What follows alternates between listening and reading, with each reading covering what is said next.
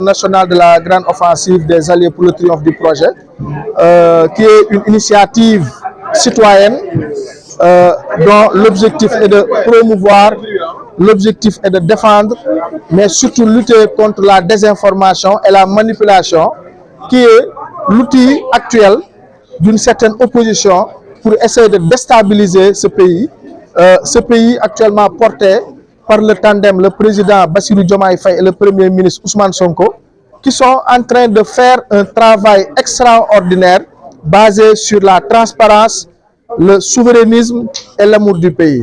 Et donc nous sommes des citoyens mobilisés, dévoués, et nous donnons rendez-vous tous les jours sur les réseaux sociaux, également sur le terrain, mais aussi comme cette fois-ci, en conférence de presse pour apporter des éclaircissements par rapport à l'actualité du gouvernement qui est en train de faire un travail extraordinaire. Et parmi l'actualité du gouvernement, nous avons voulu réunir les membres de GOT, les spécialistes en économie, en finance, pour essayer de traiter la loi de finances rectificative 2025, où il y a eu beaucoup de polémiques, des tentatives de manipulation d'une certaine opposition, qui ont voulu dire, par exemple, que le Sénégal avait que 2 milliards comme investissement pour un pays aussi grand que le Sénégal, dire que le Sénégal n'a investi que 2 milliards de francs CFA. Toutes ces affabulations, nous les avons démontées grâce à nos spécialistes. Et donc, nous sommes revenus également sur la loi de finances 2025, mais aussi sur le rapport d'exécution trimestriel également. Nous sommes revenus également sur le voyage du Premier ministre Ousmane Sonko, qui a été le premier voyage du Premier ministre hors du continent africain, mais également aussi un voyage riche d'accords, de signatures bénéfiques pour le pays, parce que comme me le dit souvent le Premier ministre, actuellement, nous avons une jeunesse, 75% de la population sénégalaise est jeune, ils ont besoin d'avoir des emplois et de la stabilité. Donc nous avons besoin d'usines de transformation, parce que 95% de notre production est exportée sans être transformée. Donc pas de valeur ajoutée, pas de transformation, pas aussi d'emploi à long terme. Parce que nous devons en finir avec ces emplois de 1 mois, 2 mois pour construire des routes, des maisons, c'est bien, mais nous avons besoin d'emplois beaucoup plus durables, parce que c'est ce qui fait que l'emploi ait une meilleure stabilité pour capitaliser, pour épargner, pour construire sa dignité. Donc, grâce à notre équipe, des fiscalistes comme Moustapha Kamara, des experts en économie comme Famara Ibrahim Sissé, l'honorable député Sanou John, nous tous aujourd'hui, grâce à votre concours, nous avons essayé d'éclairer sur la situation du pays. Et je vous donne rendez-vous très prochainement également, parce que nous allons défendre le projet. Nous sommes les défenseurs du projet et nous allons aussi parcourir un tout petit peu le Sénégal pour essayer de promouvoir ce projet-là qui nous tient à cœur, que nous allons défendre. Donc, je vous remercie. Merci beaucoup. C'est notre deuxième conférence de presse. Donc, vous savez, on dit la grande offensive des alliés. On n'est pas dans une logique de défense. Nous n'attendons pas qu'on nous attaque ou qu'on attaque le gouvernement pour communiquer. Nous sommes dans une logique offensive. Ça veut dire que tous les jours, nous faisons des réalisations infographiques.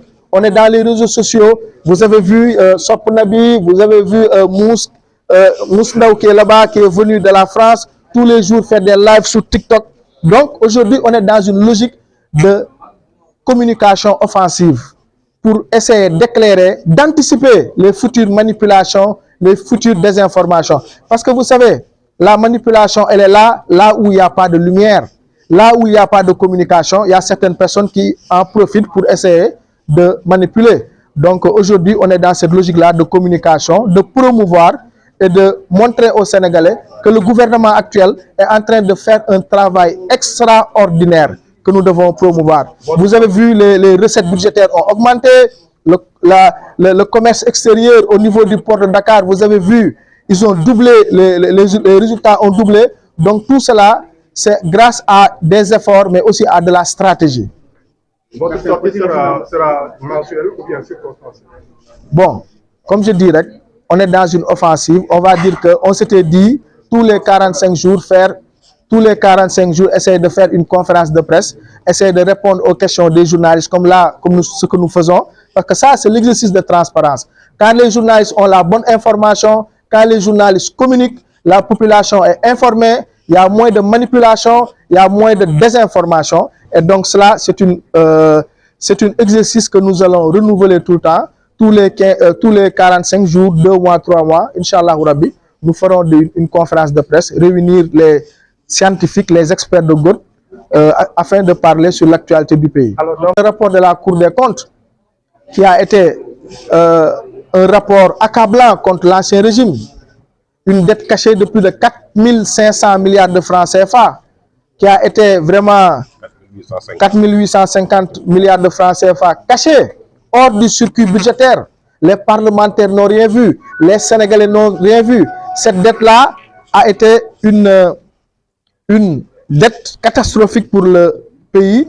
Et donc aujourd'hui, comme vous avez vu, grâce à la loi de finances rectificative à la suite du rapport de la Cour des comptes, nous avons eu à voir une mise à jour des données. Et donc, nous avons vu et nous avons constaté l'ampleur de cette situation qui est catastrophique. Mais heureusement que nous avons des dirigeants qui sont stratèges, qui ont eu à gérer cette situation et à essayer d'apporter des solutions pour essayer de sortir le Sénégal dans cette gouffre que nous a mis l'ancien régime. Donc,